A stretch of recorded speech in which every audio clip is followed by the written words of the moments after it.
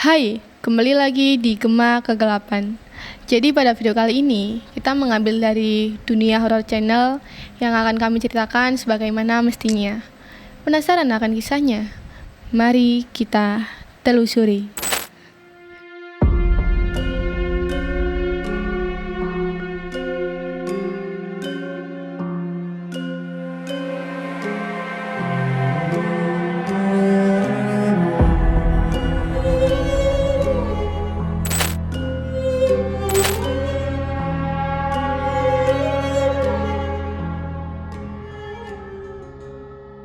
Jadi, cerita ini bercerita mengenai sekelompok anggota remaja yang tertarik untuk menjelajahi salah satu rumah sakit yang sudah lama terbengkalai. Kita sebut saja namanya ini Rina yang paling berani di antara teman-teman yang lainnya. Terus ada si Adit sama Dewi. Jadi mereka ini mungkin kayak konten kreator yang suka konten-konten di tempat yang cukup mistis atau tempat-tempat yang terbengkalai. Nah, jadi waktu malam itu mereka bertiga ini menjelajahi salah satu rumah sakit yang sudah lama terbengkalai dan mereka berharap mereka ini bisa membuat konten yang menarik di tempat rumah sakit itu.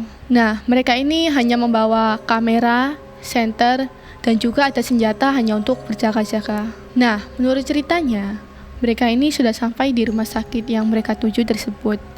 Dan sesampainya di sana, mereka ini benar-benar terkejut karena melihat bangunan rumah sakit itu sudah benar-benar tidak layak dan juga terbengkalai. Nah, mereka ini mulai berkeliling dan mengambil foto-foto dan video.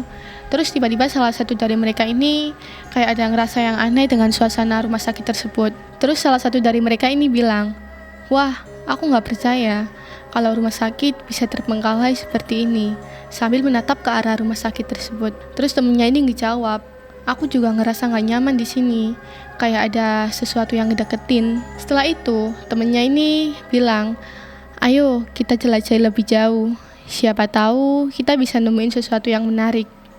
Mereka ini berjalan melewati beberapa ruangan yang benar-benar sangat kotor dan rusak. Nah, mereka di sana kan sambil ngambil foto sama video. Terus tiba-tiba si Rina ini ngerasa kayak ada sesuatu yang nyentuh tangannya gitu. Terus dia ini langsung teriak ke temen-temennya dan noleh ke arah belakang tapi gak ada siapa-siapa. Padahal kan dia kan ngerasa ada yang ngedeketin. Terus temennya ini ngejawab, "Ada apa sih Rin? Apa kamu ngerasain ada sesuatu yang aneh?" Terus si Rina ini ngejawab, "Iya, kayak ada sesuatu yang aneh nyentuh lenganku. Aku jadi ngerasa kurang nyaman ada di rumah sakit ini." Terus Dewi ini ngejawab, "Ayo kita keluar sekarang. Aku juga ngerasa gak nyaman di sini." Mereka ini sambil megang tangan si Rina sama Adi. Nah, di titik ini, mereka ini udah mutusin buat cepat-cepat keluar kan. Terus mereka ini waktu melewati suatu ruangan, tiba-tiba itu ada suara muncul, yaitu suara tangisan. Nah, karena mereka penasaran, jadi mereka ini berusaha untuk masuk ke ruangan tersebut. Dan betapa kagetnya, mereka ini melihat ada sosok yang berada di dalam ruangan itu. Melihat sosok itu, sontak mereka ini langsung berlari. Terus mereka ini kan sempat melewati sebuah ruangan lagi, yang dimana di dalam ruangan lainnya juga ada sosok kuntilanak yang sedang menghadap ke hadapan mereka. Nah, mereka ini kan terus berlari dan juga berteriak, sampai akhirnya mereka ini ngerasa capek. Terus salah satu temennya bilang, "Ayo kita istirahat sejenak, aku sudah sangat capek." Tapi belum sempat menghela nafas, tiba-tiba mereka ini kayak ngerasa ada suara aneh dari belakangnya. Terus mereka ini kan noleh ke arah belakang, dan ternyata ada sosok genderuwo yang sedang ngejar mereka. Nah, melihat sosok itu, akhirnya mereka ini langsung spontan lari lagi hingga mereka ini sampai ke area luar rumah sakit. Dan sesampainya di area parkiran, mereka ini langsung cepat-cepat untuk nyalain mobilnya dan juga langsung pergi dari rumah sakit yang sudah terbengkalai itu.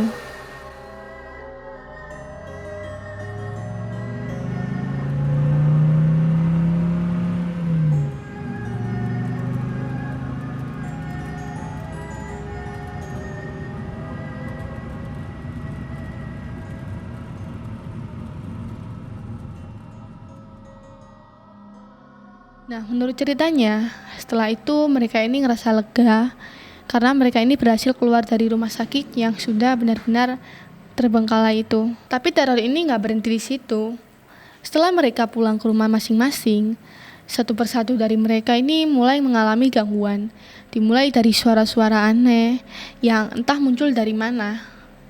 Sosok bayangan yang tiba-tiba muncul dan hilang. Terus rasa sentuhan padahal nggak ada orang yang nyentuh.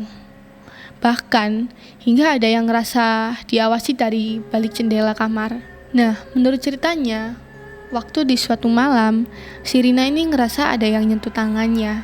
Saat ia tidur dan saat ia noleh, ia ini melihat ada sosok pocong tepat di samping tempat tidurnya. Terus si Rina ini kan langsung lari ke kamar orang tuanya. Nah, waktu si Rina menceritakan apa yang terjadi, tapi orang tuanya ini kayak nggak percaya. Dan orang tuanya ini cuma ngomong kalau mungkin itu hanya mimpi atau hayalannya si Rina itu. Nah, sejak hari itu, dia ini ngerasa kayak depresi. Dia ini ngerasa nggak nyaman. Bahkan kedua orang tuanya ini nggak percaya dengan cerita-ceritanya si Rina. Jadi orang tuanya itu hanya menasihati si Rina kalau jangan berpikir negatif. Nah, nggak cuma si Rina, tapi teman-teman yang lain pun juga sama. Saat mereka ini menceritakan cerita ini ke siapapun, tapi nggak ada yang percaya sama sekali dengan mereka. Hingga di suatu ketika mereka ini memutuskan untuk meminta bantuan seorang ustadz. Nah, ustadz ini kita sebut saja namanya ini Ahmad. Nah, singkat cerita, mereka ini menceritakan kejadian di rumah sakit. Lalu mendengar cerita itu, sang ustadz ini malah sempat tertawa kecil dan bilang bahwa masalah ini adalah hal yang umum terjadi ketika seseorang asing memasuki salah satu tempat angker atau tempat yang cukup mistis. Nah, menurut kesaksian Ustadz Ahmad, hal ini bisa terjadi karena penghuni di sana ini ngerasa kurang nyaman dengan keberadaannya mereka atau merasa kayak terusik dengan adanya mereka. Jadi penghuni tersebut itu kayak marah. Nah, singkatnya, menurut ceritanya ini si Ustadz Ahmad ini memberi mereka nasihat dan juga menyuruh mereka untuk berzikir. Terus mereka ini juga diminta untuk menghafalkan beberapa surat yang dapat membantu mereka dalam menjaga dirinya dari makhluk gaib. Setelah semua kekacauan itu, mereka ini melakukan live streaming di channel mereka. Mereka ini ingin memberikan kabar mereka tidak lagi bisa melanjutkan membuat konten menjelajahi tempat-tempat horor atau tempat-tempat yang sudah terbengkalai. Nah, hal ini menuai banyak respon. Ada yang responnya positif, ada juga yang responnya negatif. Dan mereka ini menganggap kalau mereka ini hanya ingin viral saja. Tapi di sisi lain masih ada yang ngedukung mereka untuk tetap semangat kembali membuat konten. Nah, setelah kejadian itu, mereka ini sepakat untuk tidak lagi ngejelajahi tempat-tempat yang bisa dibilang cukup mistis dan juga yang tempat-tempat yang terbengkalai dan lebih berhati-hati. Dan setelah beberapa hari dengan bantuan Ustadz Ahmad, akhirnya mereka ini dapat bebas dari gangguan makhluk halus atau makhluk gaib. Dengan perasaan yang cukup lega, akhirnya mereka ini dapat ngejalanin hari-hari mereka dengan cukup baik dan juga aman. Nah, buat kalian yang ingin berbagi atau menceritakan pengalaman horor kalian, bisa langsung saja DM di sosial media kita. Terima kasih.